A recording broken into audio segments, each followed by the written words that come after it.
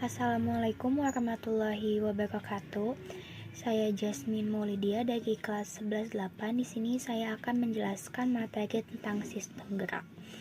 Pertama ada daftar isi, ada pendahuluan, rangka, tulang rawan dan tulang sejati, sendi, otot, dan gangguan pada sistem gerak.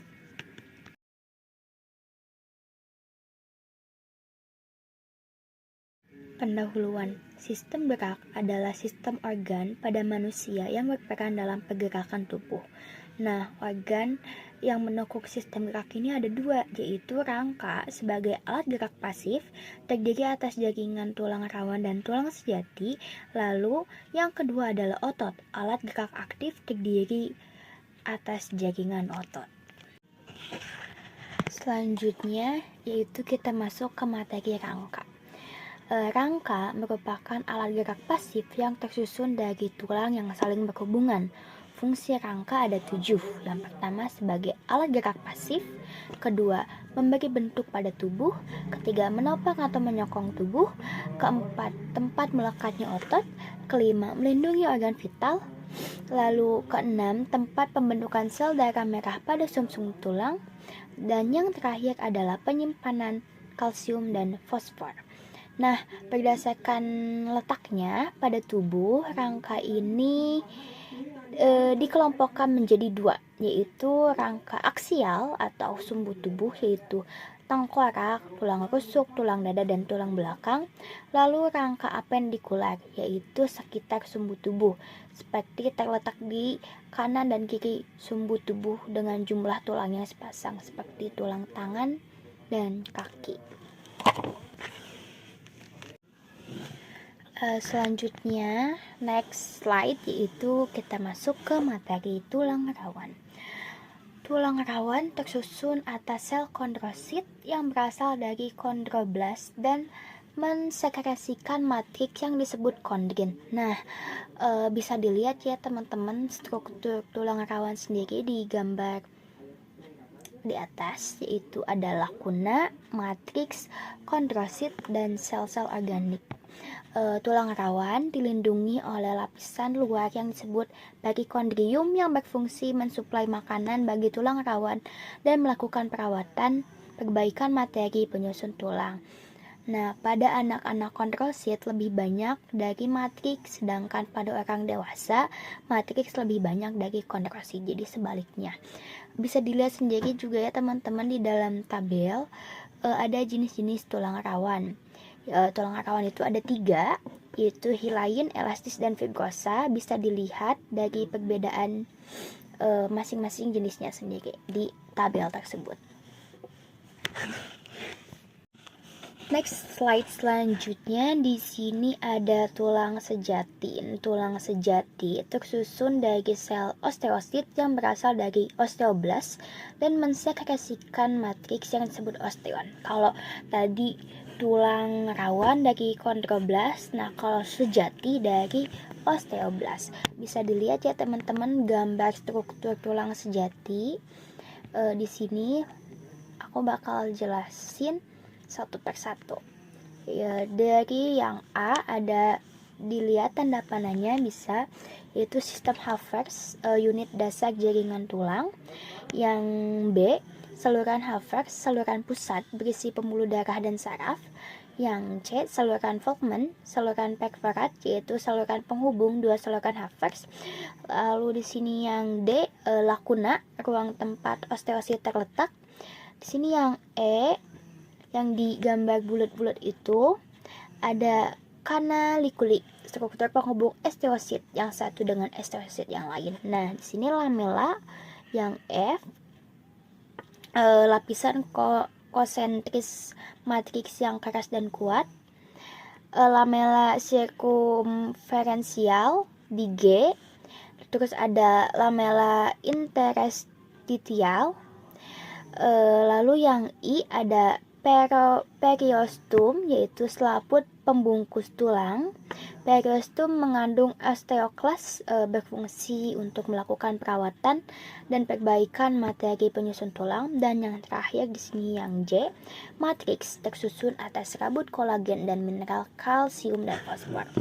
Next ke slide selanjutnya. Di slide selanjutnya di sini ya teman-teman ada pengelompokan tulang. Nah, pengelompokan tulang itu ada 2 di sini dijelasin.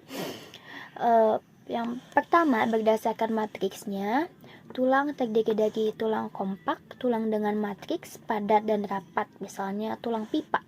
Lalu yang kedua tulang spons, tulang dengan matriks berongga, misalnya tulang pipih dan tulang pendek. Lalu berdasarkan bentuknya ada 4. Yang pertama tulang pipa, yaitu tulang panjang, tulang yang berbentuk tabung, pada umumnya berongga. Lalu yang kedua tulang pipih, yaitu tulang yang tersusun atas 2 lempeng tulang kompak dan tulang spons. Di dalamnya terdapat sumsum tulang. Tulang pipih ini berfungsi sebagai penyusun dinding rongga, pelindung, dan penguat. Contoh dari tulang pipih teman-teman ya ada tulang rusuk, tulang belikat, dan tulang tengkorak.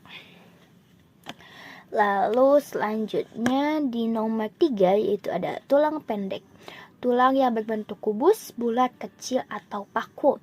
Contohnya tulang pergelangan tangan, tulang telapak kaki, dan tulang telapak tangan. Lalu yang keempat, tulang tak berbentuk. Tulang yang bentuknya tidak termasuk di 3 kategori di atas. Contohnya tulang wajah, tulang rahang, tulang belakang, dan tulang pinggul. Lanjut. Di selanjutnya itu ada sendi. Apa itu sendi? Nah, sendi juga teman-teman bisa disebut sebagai artikulasi, yaitu hubungan antar tulang yang memungkinkan terjadinya gerakan. Nah, komponen penyusun sendi ini ada 4, yaitu kapsul sendi, lapisan serabut yang melapisi sendi dan membentuk persendian, ligamen, jaringan ikat yang mengikat ujung tulang dengan persendian, minyak sinovial, pelumas sendi yang terdapat pada sendi. Lalu yang terakhir tulang rawan hialin, yaitu jaringan tulang rawan yang membentuk sendi. Nah, teman-teman, sendi ini juga terbagi lagi menjadi beberapa bagian ya. Ada 3. Yang pertama ada sinartosis. Oke, sinartosis. Jadi sinartosis pun yaitu sendi yang nggak bisa gerak. Nah, sinartosis juga macam-macamnya ada lagi. Yang pertama, sinartosis simfibrosis. Sinartosis yang dihubungkan oleh jaringan ikat fibrosa. Contohnya antar tulang tengkorak atau sutura. Lalu yang kedua, sinartosis sinkondrosis, yaitu sinartosis yang dihubungkan oleh jaringan ikat tulang rawan. Contohnya tulang ruas tulang belakang, tulang dada, dan tulang rusuk. Lalu yang kedua, jenis sendi ada amfiartosis. Amfiartosis adalah persendian yang hanya memungkinkan terjadinya sedikit gerakan. Kalau sinartosis itu nggak ada gerakan sama sekali. Nah, kalau amfiartosis itu ada tapi sedikit. Macam-macamnya juga ada 2 ya sama. Amfiartosis simfisis dihubungkan oleh jaringan ikat fibrosa yang pipih, contohnya pubis simfisis pada gelang panggul. Lalu yang kedua, amfiartosis sindemosis, dihubungkan oleh jaringan ikat fibrosa dan ligamen, contohnya tulang betis dan tulang kering.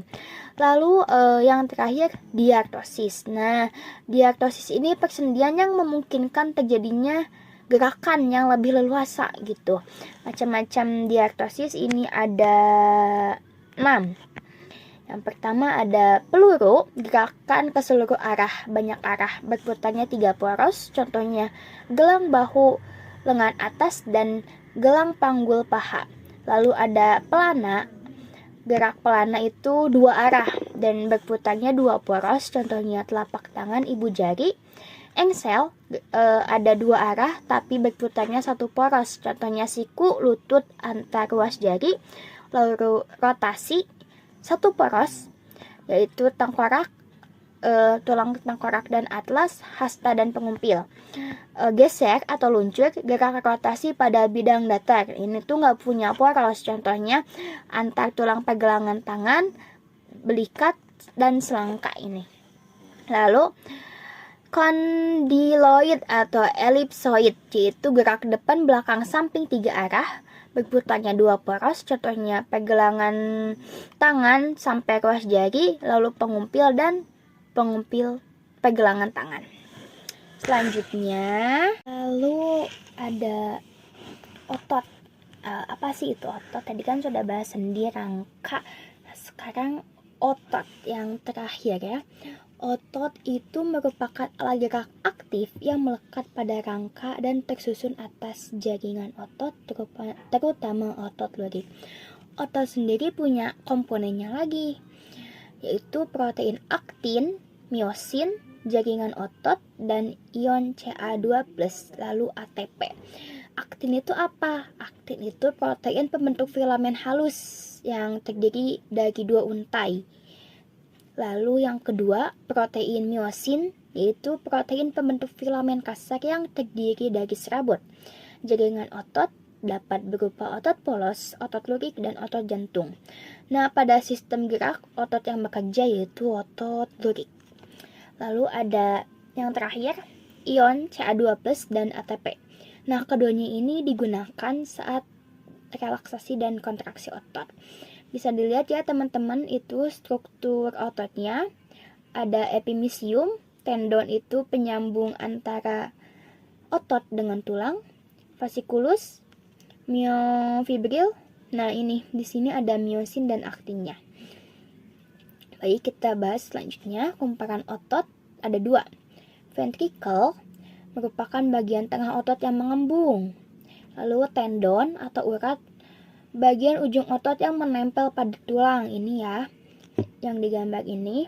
Nah, tendon juga terdiri lagi dari origo, tidak dapat bergerak, dan insersio, dapat bergerak.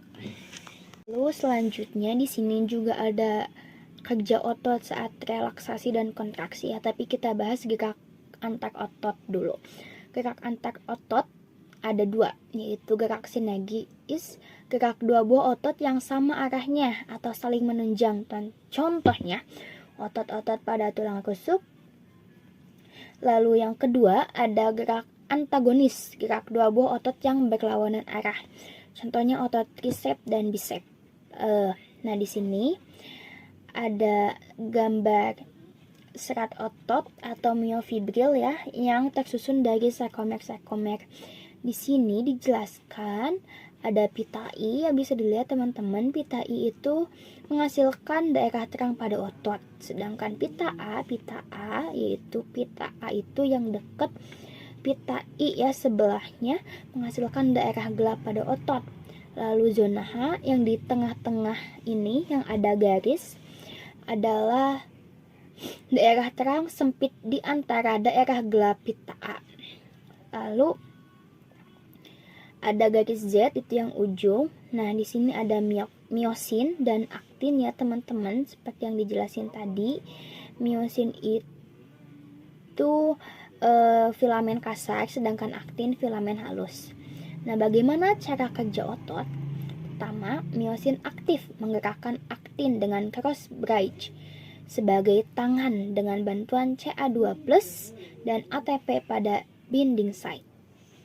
Lalu yang kedua, saat kontraksi, si miosin di sini tuh menarik aktin sehingga pita memendek, zona H hilang. Di sini zona H-nya hilang, terus pita ininya memendek ya. Lalu, nah saat relaksasi, miosin melepas aktin sehingga pita I kembali ke bentuk semula lagi. Terus zona H kembali muncul sesaat setelah relaksasi. Nah, si binding site-nya tertutup oleh protein troponin dan tropomyosin.